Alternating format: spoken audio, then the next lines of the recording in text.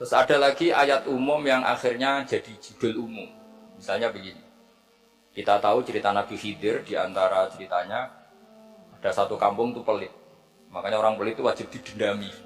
Karena Nabi pun itu baik-baiknya orang. Kalau sama orang pelit tetap dendam. Karena buruk-buruknya orang itu orang pelit. Tahu kan alamatnya orang pelit? Qoribun minan nar, ya dekat-dekat neraka itu kata-kata ini. Karena al-bakhil qoribun minan nar, ba'idun minal jannah. Jadi kalau sama tanya alamatnya ya dekat-dekat neraka. Singkat cerita, Nabi Musa dan Nabi Khidir itu kecapean sekali masuk satu kampung. Karena saking kecapean, lapar, minta kampung itu menyediakan makanan. Istatama itu mereka minta makan, saking laparnya, saking karena di perjalanan yang melelahkan. Istatama ahla fa'abau ayyudayyifuhuma. Tapi kampung situ kampung pelit. Jika semuanya tidak mau yang ngasih apa? Makan. Tapi pas mau keluar dari kampung, ada tembok, ada kayak prasasti itu, yang mau roboh. Yang mau apa? Roboh. Terus sama Nabi Khidir, tembok yang mau roboh ini ditata jadi baik lagi.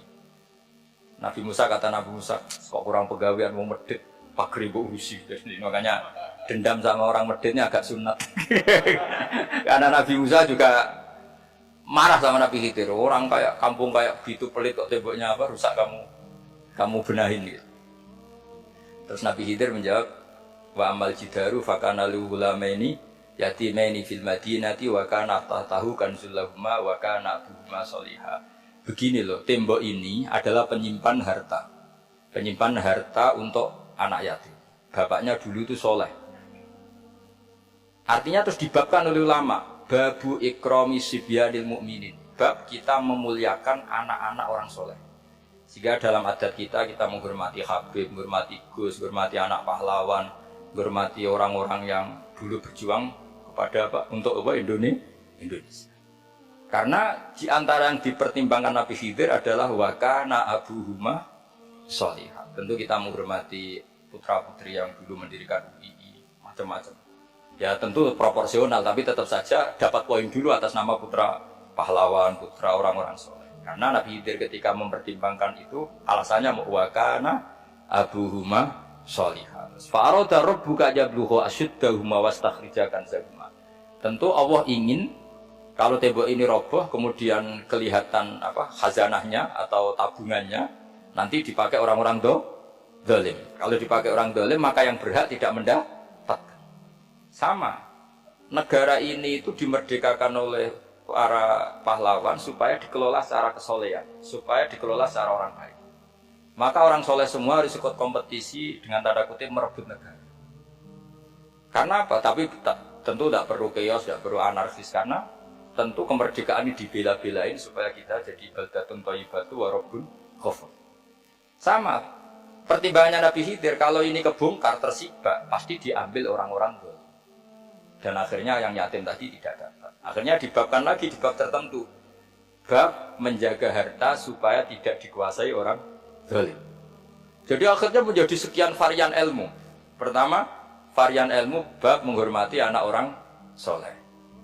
Bab supaya harta ini tidak dikuasai orang zalim dan seterusnya. Nah, saya harapkan nanti dengan ulumul Quran kitab Itqan itu nanti aturan-aturan seperti itu tertanam pada Anda. Sehingga sebetulnya ulama fikih yang ngarang kitab sampai satu boto-boto itu sebetulnya ya normal-normal saja. Kalau sampean sudah mengkaji ilmu yang kayak saya kaji itu normal-normal saja. Misalnya begini, saya beri contoh ya. Orang munafik itu disifati Allah gimana? Wa idza qamu ilas sholati qamu kusala. Orang-orang munafik adalah orang ketika mau sholat itu bermalas. Terus kitab Fathul Mu'in atau Fathul Wahab atau kitab semua kitab fikih bikin judul gini. Saya masih ingat takbirnya. Wa yusannu nasyatun li sholatin. Disunatkan kalau sholat itu ketok gumrigah, ketok semangat. Fa inna Allaha ta'ala dzamma tarikihi, karena Allah mengkritik atau menyalahkan orang yang kalau sholat itu tidak nasyat, tidak gumrigah, tidak semangat. Mergo seperti itu adalah fi'lul munafikin, perilakunya orang munafik. Terus ditulis wa idza qamu ila sholati qamu kusala. Artinya di situ Allah mengkritik orang munafik. Kenapa? Karena kalau sholat males-malesan. Anda ingin bersifat kayak orang munafik apa bersifat kayak Rasulullah? Tentu ingin seperti Rasulullah. Kalau ingin seperti Rasulullah ya wasari'u ila maghfiratin mir rabbikum. Kalau ada kebaikan harus cepat-cepat. harus disegerakan. Nah, sehingga nanti babnya ya sudah tidak tentang orang munafik. Babnya begini, babul musara'ah ilal khairat wa tarkil kasli. Bab bergesa-gesa atau bergegas dalam kebaikan dan meninggalkan males.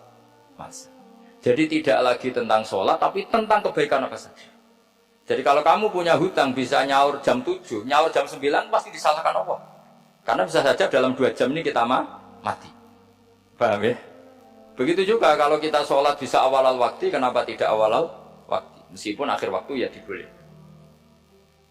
Itu ya tadi babnya ya tentang wa idza qaum, orang munafik itu ya seperti itu. Akhirnya apa? Ayat ini turun tentang orang munafik, tapi pemaknaannya Ini disaksikan apa? Orang-orang tua kita ini ada Pak Ersoya, ada Pak On. Pemahaman ini harus dikawal dan ini tradisi ulama. Saya pastikan di pondok-pondok atau di Al-Azhar di mana saja, itu dipakai.